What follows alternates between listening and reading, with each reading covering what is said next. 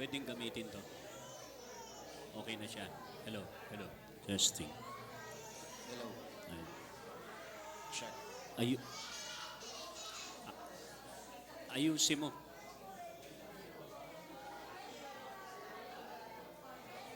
Hello. Testing. 2, 2, 1, 2. 1, 2.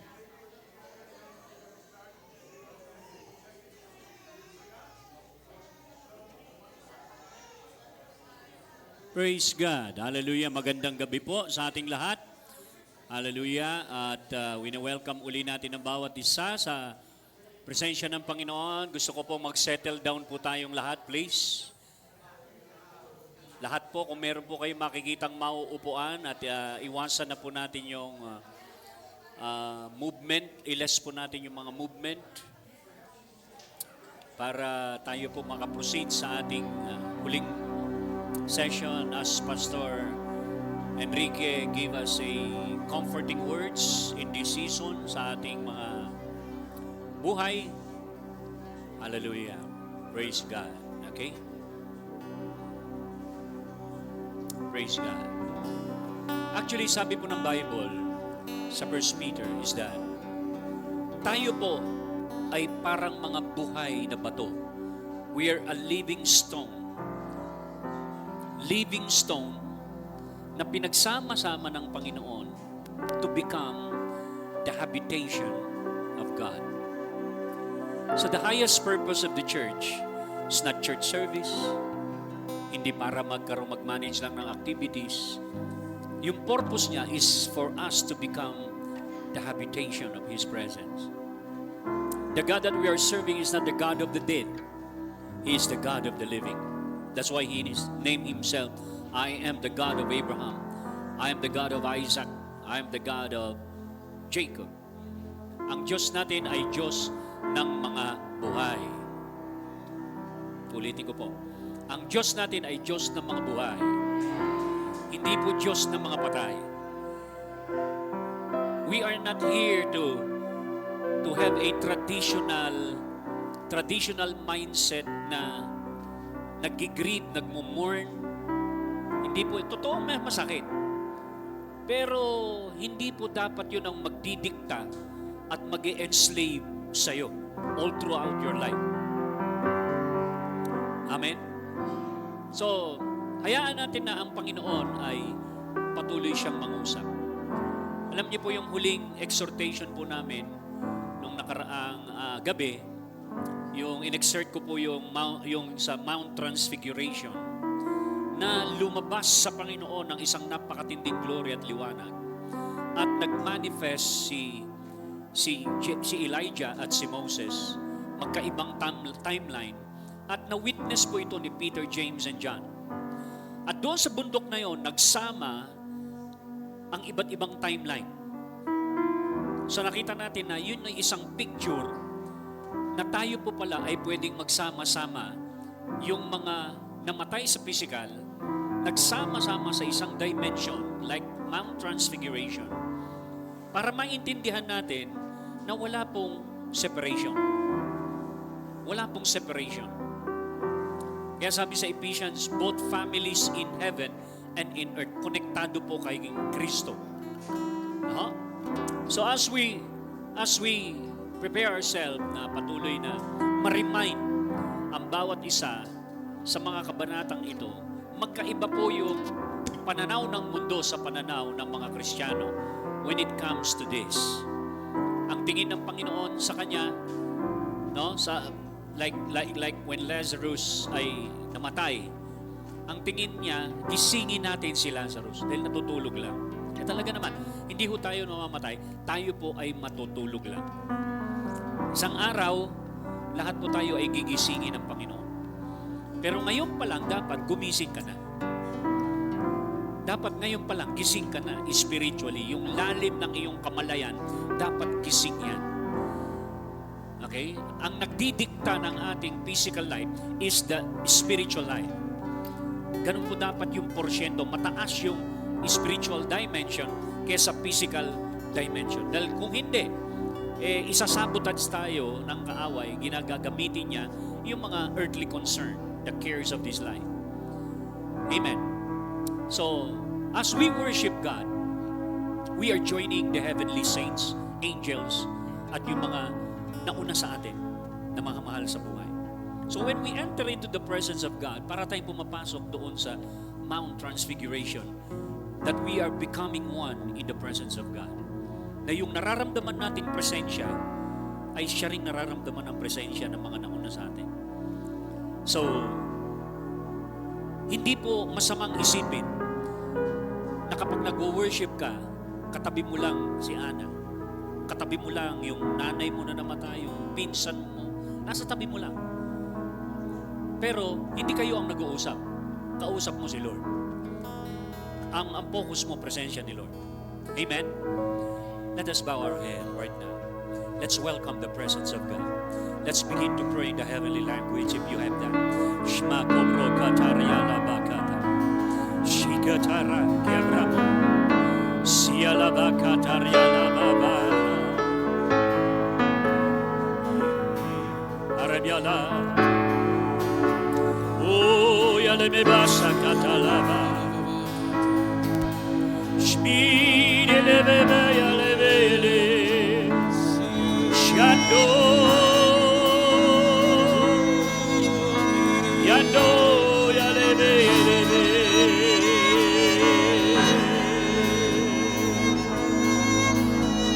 Mando yolo.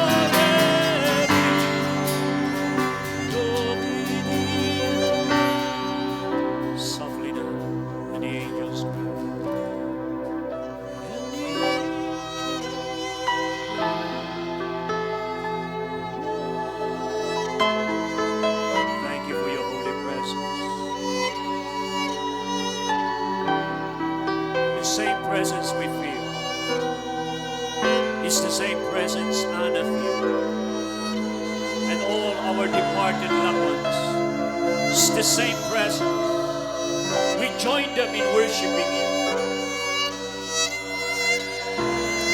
Holy presence, Lord. Do your people sing? Do your people sing? Oh, to the King of glory, and you will always be.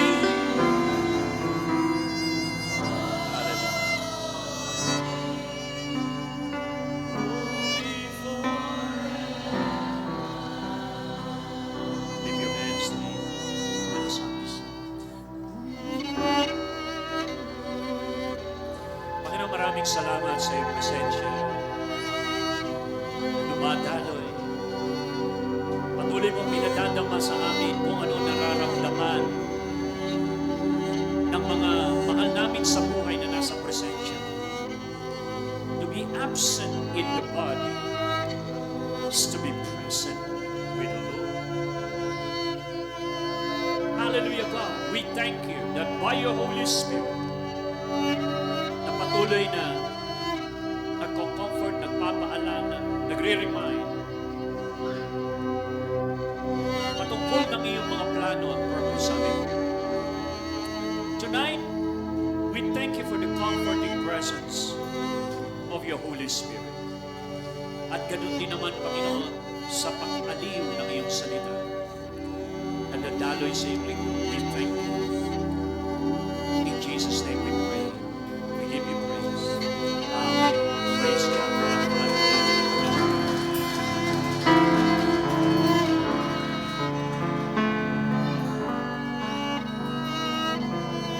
Magandang gabi po sa ating lahat.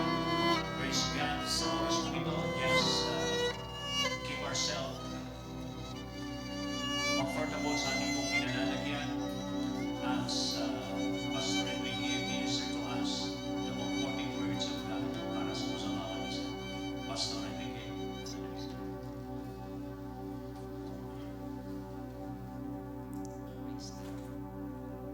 Magandang gabi po.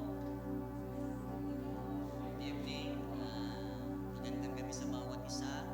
Kami po ay from Pampanga pa, by the grace of God, representing the Ancient Path Ministry, Batangas. Meron pong galing ng Batangas, may galing ng Cavite, at purihin ng Panginoon sa kanyang kabutihan.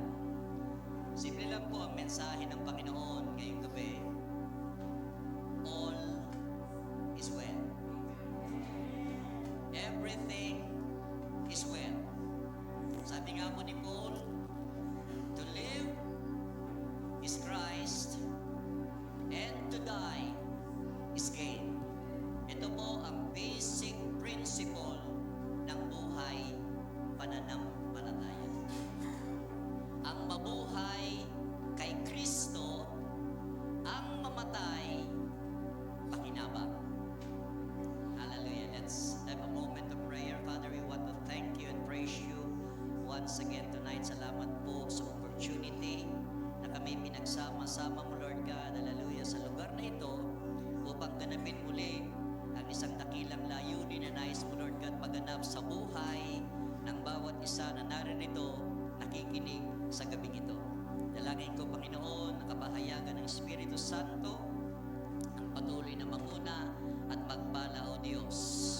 Ikaw ang mataas, ikaw ang madakila, ikaw ang maluwalhati. Ang pinakamataas na papuri, pasasalamat, pagsamba sa ilamang sa pangalan ni Kristo Jesus.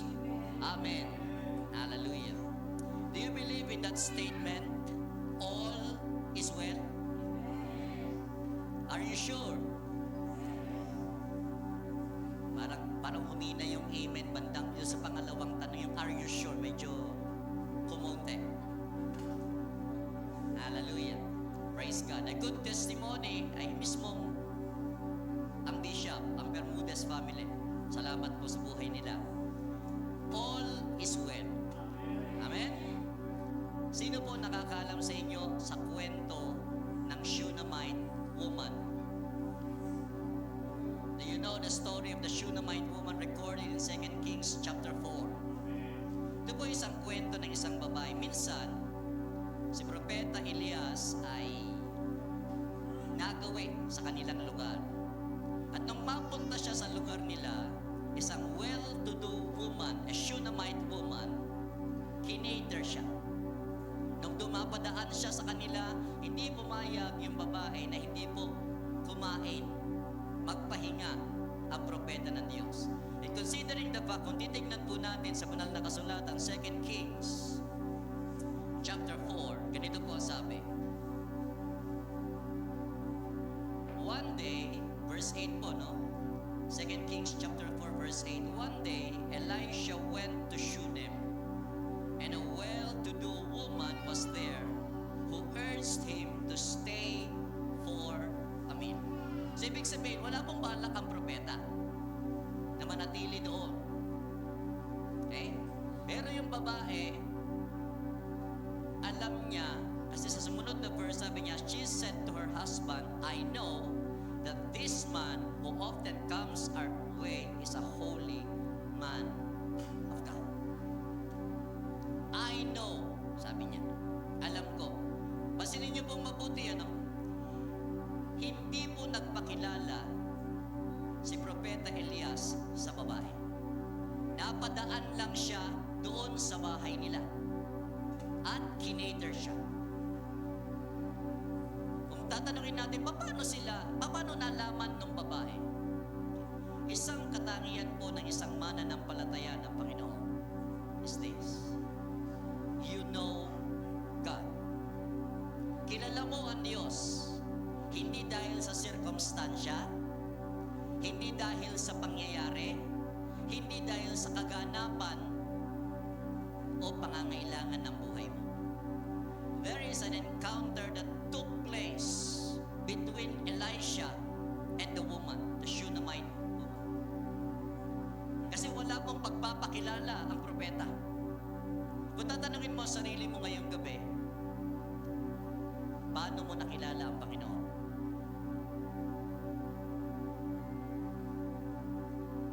How did you know the Lord Jesus Christ? Mahalagang tanong na dapat po nating masagot. Dito sa tagpong ito, pansinin po ninyo, no? Napag-alaman lang niya. In fact, pag pinag-usapan po natin ang salvation, it is God who initiated it all. Hindi ikaw. Hindi ka nagsumikap para makilala ang Panginoon. Ang Shunammite woman, hindi niya, kumbaga, hinanap si Elisha. Napadaan si Elisha, and all of a sudden, nagkaroon ng urging sa loob. This is a holy man of God, sabi niya. I perceive, I know that this is a holy man of God. Ganon din po tayo. Wala tayong kamalay-malay, dumating ang isang araw sa ating buhay, we encounter the Lord Jesus Christ. At dito po, sabihin na natin magkakaiba ang pangyayari, pero we all encounter the Lord Jesus Christ. At ang nag-initiate nito, hindi ikaw, kundi ang Diyos. Ang pangyayari po ngayong gabi, it is not initiated by the Bermudez family. Hindi po kagagawan po ni Pastora Ana. Ito po ay gawa ng Diyos. It is not accidental na ako po'y tumatayo sa inyo ngayong gabi at nagsasalita.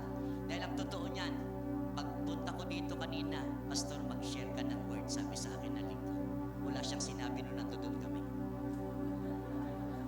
Abraham, anong sasabihin ko?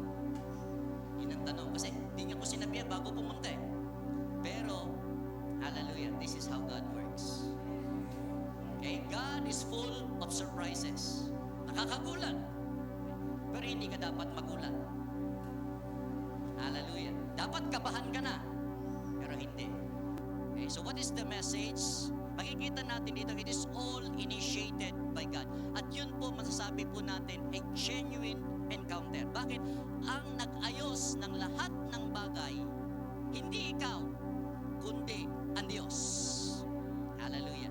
Maging sa ating kapatid, kapwa lingkod, it is all arranged by God. It is appointed unto man, sabi doon, once to die. Hindi nga lang natin alam kung kailan. Dumarating na lang po yan kusa. Kaya po, nakakapagtaka ang atmosphere, no? Wala pong tumutulong luha. Why? We know. Yun ang sagot. I know. Alam mo. Hallelujah. In fact, sa kwento nga po ng lingkod, yung last day, andun ang family. Ano po sabi ni Pastora Ana? Gusto ko nang umuwi. Sabi po ng pamilya, uuwi na tayo. Doon sila hindi nagkaintindihan kasi hindi nila nakuha kung ano ibig niya sabihin. Yung pala, uuwi na siya kay Lord. Nagpapaalam na siya sa family. Okay? Alam niya by heart. At ganito po katapat ang Diyos sa atin. Ganon po siya ka-faithful in all circumstances ng ating buhay. Kaya masasabi natin, all is well. And as we go on, ang sabi po sa verse 10, tingnan niyo po, no? Ang sabi diyan, let's make a small room on the roof and put in it a bed and a table, a chair and a lamp for him. Then he can stay there whenever he comes to us. Pansinin niyo po, nag-grow ba ang encounter na yon? Okay. Sa tuwing pupunta na po yung pong propeta, si Propeta Elias, doon po sa lugar nila, hindi po pwedeng hindi siya mag-drop by doon sa bahay nung Shunammite woman. Bakit? Pinagawan na po siya ng maliit na kwarto sa taas. Meron na siyang tuluyan. So nangyayari na po ito, nangyayari. Hallelujah. Meron na pong masasabi pong intimacy between Elisha and the woman. At ganito po tayo. When we started with an encounter, pero hindi po doon nagtatapos. It will lead to intimacy. Kasi marami pong encounters na naganap. Hindi isang beses lang, kundi continuous po yun. Okay? And as we go on with the story, sabi po dyan, 11, one day, when Elisha came, he went up to his room and lay down there. Tuloy natin, 12. He said to his servant Gehazi, call the Shunammite woman. So he called her, and she stood before him. So after many encounters, pansinin niyo po yung babae, ano? Wala po siyang ginawang request. Wala siyang hiningin kahit na konting pabor sa babae, sa propeta. Okay? So after many encounters, pinatawag siya. Alam niyo po mga kapatid, ano? Ito po yung pinakamasarap. Usually, ang alam natin, when we come to God, we come with a need. Amen? Lalapit ka sa Diyos kasi may kailangan ka. Pero itong babae ito kakaiba. Wala siyang sinabi na kahit na anong pangangailangan sa Diyos. Wala siyang sinabi kay Elisha na kahit na ano. Okay. Hanggang isang araw, baliktad ang pangyayari, siya ang pinatawag ni Elisha. Naranasan niyo na po yun? May kausap pa po ako ngayong gabi. Hallelujah, bak mukhang wala na. Okay. Nawa, baliktad ang kwento eh. Tinatawag siya ng propeta. Kung talagay natin, sa ating kalalagayan, hindi kay ikaw ang tumawag sa Diyos, tinawag ka ng Diyos. Alam niyo po, yun po yung pinakamaganda eh. That time, baliktad na. God has a need, kaya tinatawag ka. Hindi ikaw ang may pangangailangan kaya ka tumatawag. Ang Diyos na ang may pangangailangan kaya tinatawag ka kasi ikaw ang tutugon o gagawa ng pangangailangan na yun. Okay? And as we continue the story, tingnan niyo po, no? 13, ang sabi diyan, Elisha said to him, tell her, you have gone to all this trouble for us. Now, what can be done for you? Can we speak on your behalf to the king of the commander of the army? She replied, I have a home among my own people. Akala ni Elisha, May kailangan yung babae sa king o kaya sa commander para matulungan sana ni Elisha. Pero ano sabi niya? I have a home among my own. Hindi niya kailangan. 14, ano po sabi dyan? What can be done for her? Elisha asked. Gehazi said, she has no son and her husband is old.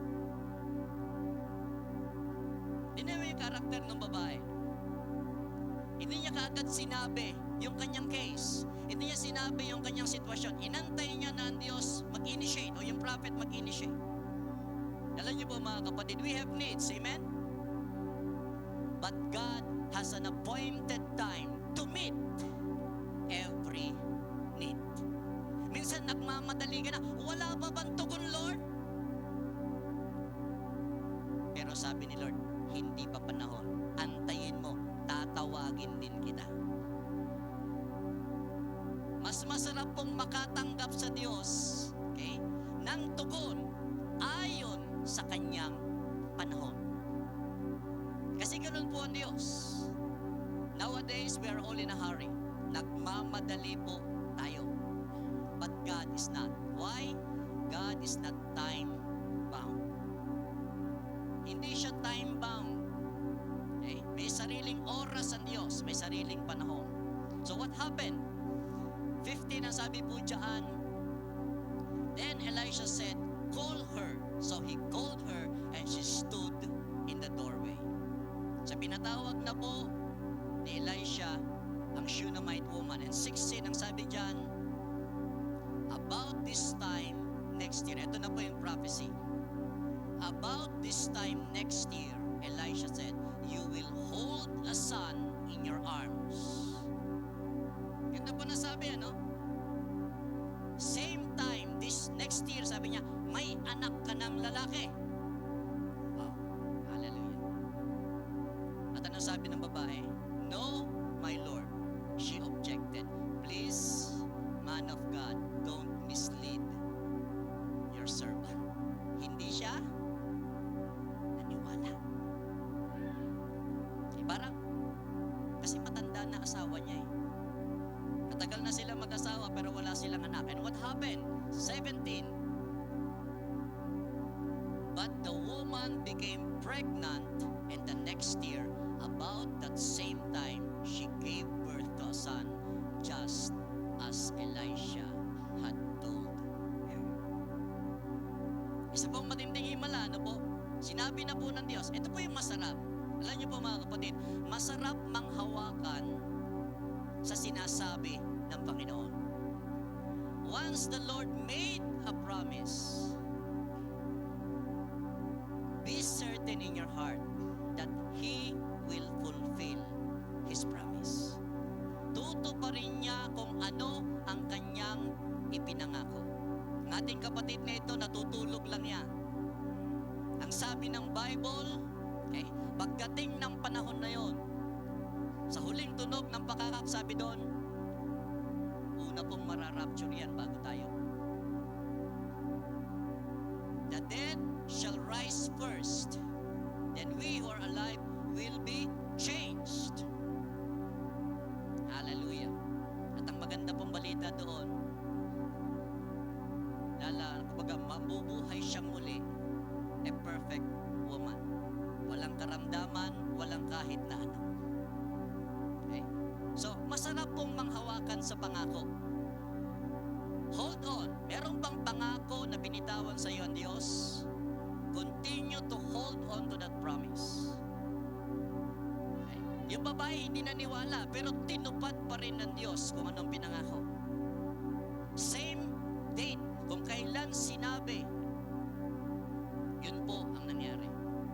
Kaya lang, tragedy strikes. Bakit po nung lumaki ang bata, one time, kasama ang kanyang tatay, nandun sila sa field, biglang sinakitan ng ulo yung bata. At natumba. Tapos sabi ng ama, dalhin niyo siya sa kanyang ina. Okay? Dinala yung bata sa ina, sa Shunammite woman. And after a few minutes, namatay. Yun na po, no? Tinugon yung kanyang desire, binigay ng Diyos, pero namatay yung bata. What will you do?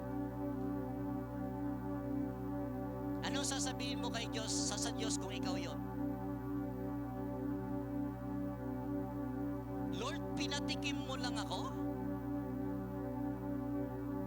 Then, kukunin mo din pala?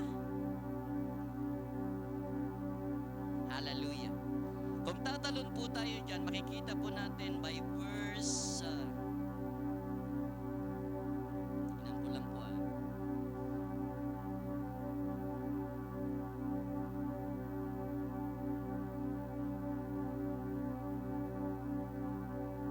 21. Patay na po yung bata. Ano po ang ginawa ng babae? She went up and laid him on the bed of the man of God, then shut the door and went out. Kung ikaw ang namatayan, ano gagawin mo? Ano ang common instinct ng tao pag namatay ang kanyang kamag-anak, ang kanyang mahal sa buhay? Umiyak ba?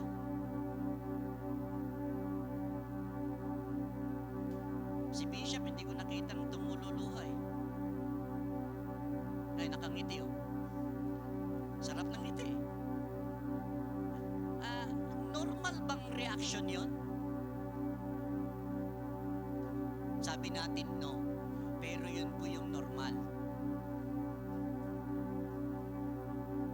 Okay ka lang, Pastor, baka mamaya pag-alis ko rito, ano pa pinagsasabi ng lingkod na yun?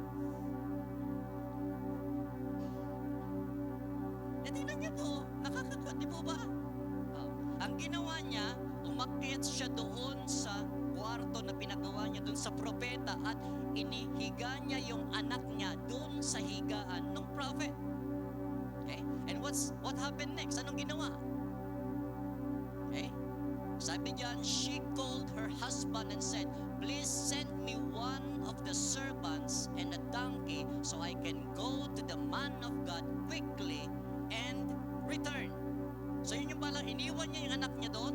Sinong pinuntahan niya? Si Elisha. Elisha represents God. Amen? Hallelujah. Iniwan niya yung anak niya at pinuntahan niya si Elisha. Pag ikaw po ba may sitwasyon, ano ginagawa mo?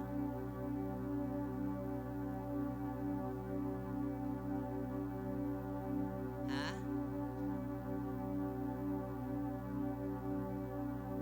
Tingnan niyo po yung action ng babae. Ano po? Iniwan niya dun sa higaan ng propeta at nagpunta siya sa propeta. Ito po, itutuloy natin ang kwento. Ang ganda eh. 23, sabi dyan, "Why go to him today?" Sabi po ng asawa, "It's not the new moon or the Sabbath. That's all right," she said. Napansin niyo po yung confession ng babae? Ang sabi ng asawa niya, anong rason? Hindi naman siya new moon, hindi naman Sabbath. Bakit ka pupunta sa propeta? Ang sabi lang ng babae, "That's all right." Okay. Namatayan ka, ano sasabihin mo?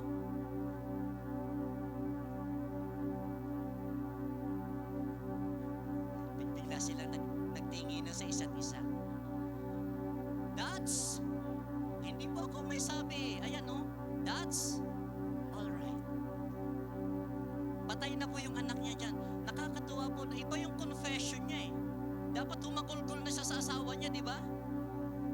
Kasi patay na yung anak eh. Now, let's continue 24. Ano po sabi?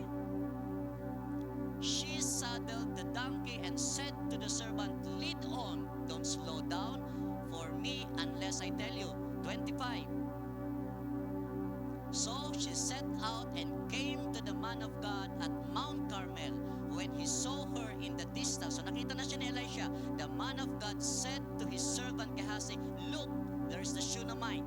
Nakita agad, 26. And sabi po ng 26, "Run to meet her and ask her, 'Are you all right? Is your husband all right? Is your child all right?' Everything is all right,"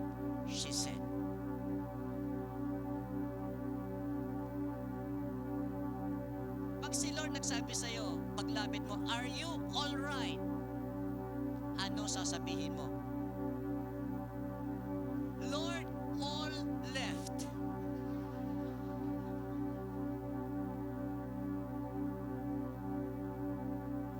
Si Lord right, pero ikaw left.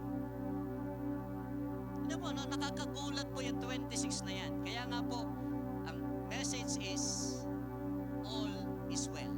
All is right. Nakakatuwa pong tingnan yan. Kasi yan po sagot niya kay Gehazi. Ano sinasabi po sa atin? In all circumstances, kay Lord po walang wrong.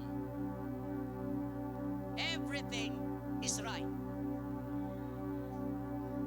Hindi po madaling lesson ito, but this is the lesson of the Bible. Hindi madaling gawin, pero ito ang mensahe ng banal na kasulatan. All is well. Hallelujah. At pag ganun po kasi ang attitude mo, kakampi mo ang Diyos eh. Gustong-gusto ng Panginoon yung ganun. Kasi hindi naman pinangako sa akin na walang death, walang sickness, walang ano pa mang mga pestilence. Sinabi niya lahat ng yan nandiyan dyan. Persecutions, problems, andyan yan, kaliwat kanan. Hindi pinangako ng Diyos na wala yan. Kung gusto mong wala yan, kailangan wala ka na rin dito. Kasi sa mundong ibabaw natin kinalalagyan, okay, hindi pa naman inaalis ng Diyos ang demonyo eh. So hanggat nandyan siya, nandyan yung mga yan. But they were not meant to overcome you. You are destined to overcome them. Why? God is for you. If God is for us, who can be? So yun dapat ang lahat na lang laban sa'yo. Ano isisigaw mo? If God is for us or if God is for me, who can be against me? Matuto kang sumigaw pag kailangan. Hindi po nakakahiya. Tawanan ka na po ng ibang tao, pero ang Diyos naririnig ka. Okay? So, ang ganda po ng sinabi niya dyan. Everything is alright, she said. So what happened? 27. When she reached the man of God on the mountain, she took hold of his feet. Gehazi came over to push her away, but the man of God said, leave her alone. She is in bitter distress, but the Lord has hidden it from me and has not told me why. Hindi pala alam ni Elisha anong nangyari. Okay. So tingnan niyo po yung eksena, no? Ang bata naiwan sa higaan ng propeta at ang nanay ng bata nagpunta sa propeta. Yun yung scene. Okay? Who made the choice? The woman. Hindi siya pinatawag ni Elisha. Nagpunta siyang kusa. Sarili niyang desisyon. And what happened? 28. Did I ask you for a son, my Lord? She said, didn't I tell you don't raise my hopes? Kumbaga sinasabi niya, yung bata na binigay mo, namatay. Okay? Sa bahagi po ni Bishop, hindi po madali. A wife, okay, is a helpmate. An armor bearer. A partner. Mga, ano po ito eh, according to the covenant of God. Ganun po niya in-arrange. So hindi po madali. Hallelujah. Kaya lang, alam po natin, it is God who called him. And God knows everything. Okay? So, what happened? 29. Elisha said to Gehazi, tuck your cloak into your belt, take my staff in your hand and run. Don't greet anyone you meet, and if anyone greets you, do not answer. Lay my staff on the boy's face. Okay. Anong ginawa ni Elisha? Gehazi? But the child's mother said, As surely as the Lord lives and as you live, I will not leave you. So he got up and followed her. Ang tindi po ng desisyon ng babae, hindi ako kontento sa servant mo. Gusto ko ikaw. Hallelujah. Umabot na ba sa iyo yan? Kinausap ka na ng pastor mo, pinayuhan ka na, pero hindi ka kontento. Kanino ka lumapit? Hallelujah. Mga kapatid, kami po'y mga lingkod. Marami pong pastor na nandito. Pero kami po'y lingkod lang. The best pa rin talaga, lapit ka kanino? Hallelujah. I-bypass mo na kami, okay lang? Basta, lapit ka kay Lord. Kasi po sa case po ni Pastora Ana, we fought. Alam po namin ang mga pangyayari at kaganapan. Nung malaman po namin yan, continuous pong intercession. Kasi she needs our faith. Kasi that time, she is in a battle. Talagang we lend our faith. Pinahiram namin yung pananampalataya to face that battle. Kasi may mga ganun pong pangyayari sa buhay. Okay. Hallelujah. Kaya nga, she fought a good fight. Okay? The Bermudez family fought a good fight. At sa lahat ng mga nandito na nakikiramay, we fought a good fight for her. Alam po ng Diyos yan. Okay? Kagaya po ng babaeng ito, hindi niya pinakawalan si Elisha. Sama ka. So what happened? 31. Gehazi went on ahead and laid the staff on the boy's face, but there was no sound or response. So Gehazi went back to meet Elisha and told him, the boy has not awakened. Hindi umubra pala. Di ba instruction galing kay Elisha? Hindi umubra. Yan niyo po yung babae, no? 32. Hallelujah. When Elisha reached the house, there was the boy lying dead on his couch. Sa patay pa rin. Walang pagbabago. And 33 lang po, he went in, shut the door on the two of them and prayed to the Lord. And what happened? 34. Then he got on the bed and lay on the boy, mouth to mouth, eyes to eyes, hands to hands. As he stretched himself out on him, the boy's body grew warm. And 35, ano po sabi dyan? Hallelujah. Elisha turned away and walked back and forth in the room and then got on the bed and stretched out on him once more. The boy sneezed 7 times and opened his eyes. Hallelujah. Ano makita natin dito? The woman, okay, yung nanay, the mother, expected the boy, her son, to rise. Yun yung kanyang faith. Okay. In these times, masasabi po natin napakahalaga na humahawak ka lagi sa Panginoon. Nakahawak ka lagi sa Diyos. Ano man ang sitwasyon. Okay. Is she victorious? Yes. Siguro sa case, sabihin na natin, si Pastora Ana, hindi na na-extend. Hindi po yun kabiguan on our part. Why? We fought a good fight. She fought a good fight. The Bermudez fought a good fight. Kaya naman po, tagumpay ang lahat. So, ang lesson na gustong ibigay ng Holy Spirit sa ating ngayong gabi is, everything is well. All is well. In the Christian life, kahit na po may death, kahit may suffering, kahit may persecution, kahit may trials, kahit may problems, all is well. All is well. And all is well. Okay? Hallelujah. Purihin ang Panginoon. Okay? Tinatawagan ko po yung pamilya, si Bishop at saka yung 3 niyang anak. Okay? I want to pray for them tonight. Hallelujah. Praise God. Purihin ang Panginoon.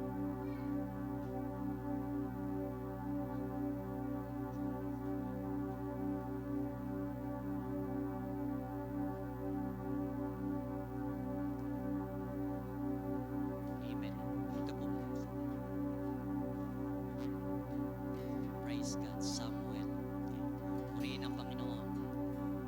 Father God, sa gabing ito, Panginoon, hallelujah, I just present to you, Lord God, the family ng yumao mong anak, Lord God, Pastora Annalisa Bermudez. Lord, salamat po, Panginoon, sa iyong katapatan sa kanyang buhay. In spite, Lord God, hallelujah, ng pangyayari at kaganapan ng kanyang physical body, she learned to stand on your word. She learned to stand in faith until the time na kailangan niya na pong umalis. So right now, Lord God, I just present to you, Lord God, hallelujah, si Bishop, Lord God, hallelujah, ang kanyang tatlong anak. Salamat po, Panginoon. Right now, they do not have a mother, a wife, a helpmate, a partner. Pero Lord, alam po namin, you're still at work sa kanilang buhay. Now, Lord, they are facing a new chapter ng kanilang buhay without Pastora Annalisa. But Lord, I know this is another turning point. Alam po namin, Lord, ang iyong lingkod ay naglilingkod sa katawan. At makakatuwang niya ngayon, Lord, ang kanyang tatlong anak. So patuloy po namin silang kinukumit, ine-entrust sa inyo pong mapagpalang kamay. Let the comfort of the Holy Spirit be upon them.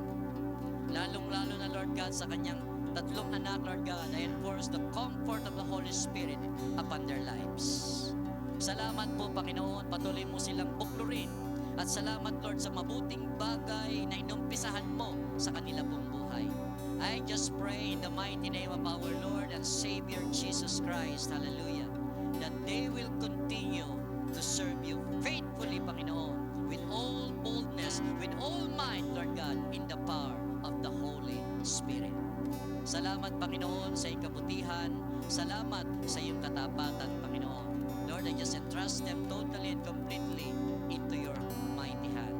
Ang papuri, ang pasasalamat, ang pagsamba sa iyo lamang. As I seal with your blood this prayer in the mighty name of our Lord and Savior Jesus Christ. Amen. Amen. Amen. Hallelujah. God bless po.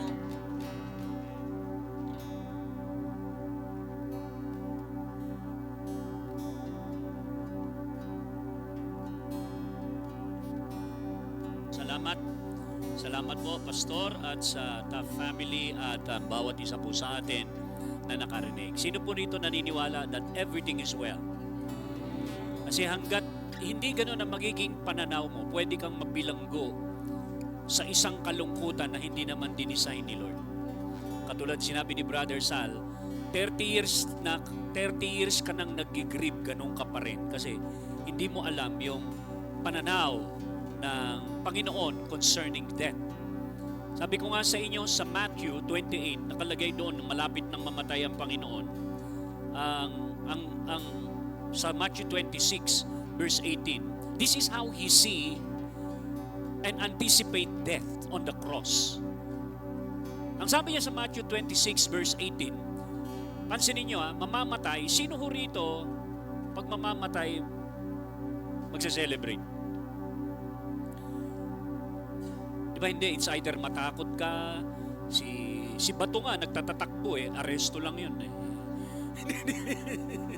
Ibig sabihin, hindi pa nga pinapatay takot na di ba? So, ibig sabihin, ito, yung word ng Panginoon sabi niya, He replied, go into the city to a certain man and tell him, the teacher says, my appointed time is near. Ibig sabihin, malapit na akong mamatay, malapit ko nang ialay ang aking buhay.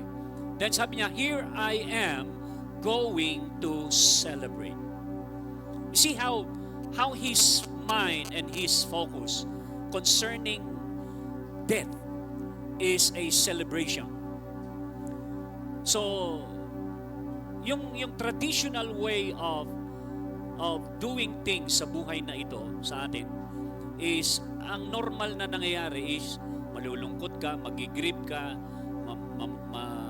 alam mo yun, yung bang mabibreak ka, madidepress ka, pero hindi ho ganun Si Jesus, the head of the church, we are His body, yung pananaw niya is to celebrate. Okay? Meron pa, doon sa book of Hebrew, ang sinabi niya, ang sabi doon sa book of Hebrew, verse 2 or 3 yata yun. Sabi niya, for the joy that is set before Him. Okay? The joy that is set before Him. Ano yung joy na nakaset before Him? That is beyond death, beyond the cross. The joy that is set before Him. Yun yung dahilan kung bakit na-endure niya yung cross, na-endure niya yung shame, na-endure niya yung hamon, crisis sa buhay because of the joy that is set before Him. Okay? So makikita natin sa perspective ng pananaw ni Lord, all is well. Everything is in arrangement, divine arrangement.